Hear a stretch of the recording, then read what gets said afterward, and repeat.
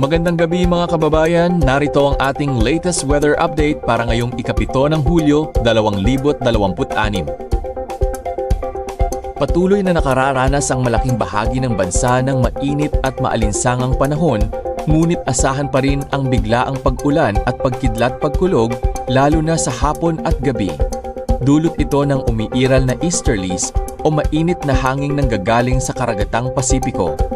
Samantala, mahigpit ding binabantayan ng Pag-asa ang Super Typhoon Bavi na inaasahang papasok sa Philippine Area of Responsibility o PAR at tatawaging Bagyong Inday.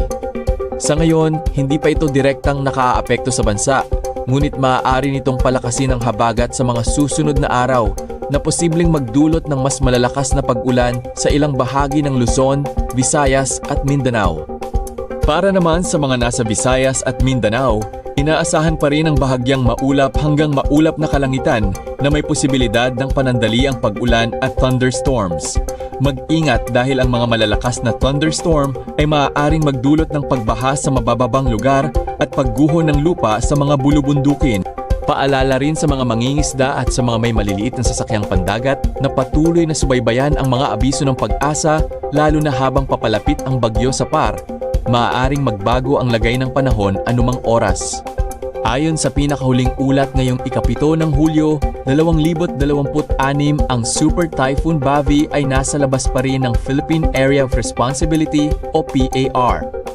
Matatagpuan ito sa layong humigit kumulang 1,900 hanggang 2,000 kilometro sa silangan ng Central Luzon at patuloy na kumikilos pakanluran hanggang Hilagang Kanluran. Inaasahang papasok ito sa PAR sa loob ng araw o pagsapit ng madaling araw at tatawagin itong Bagyong Inday. Sa kasalukuyan, hindi inaasahang direktang maglalandfall ang bagyo sa Pilipinas. Sa halip, posible nitong palakasin ang habagat na maaaring magdulot ng malalakas na pag-ulan, pagkulog at pagkidlat at banta ng pagbaha at pagguho ng lupa sa ilang bahagi ng bansa sa mga susunod na araw.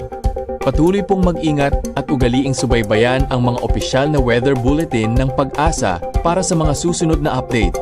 At iyan ang ating weather update sa araw na ito.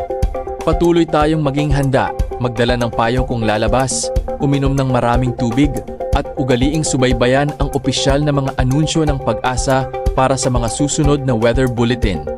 Ako ang inyong tagapaghatid ng balita sa panahon. Maraming salamat at mag-ingat po tayong lahat. Para sa mga susunod na weather updates, maaaring mag-follow sa ating social media channel para sa tuloy-tuloy na weather forecast. This Nathan, magandang araw po at maraming salamat sa panonood.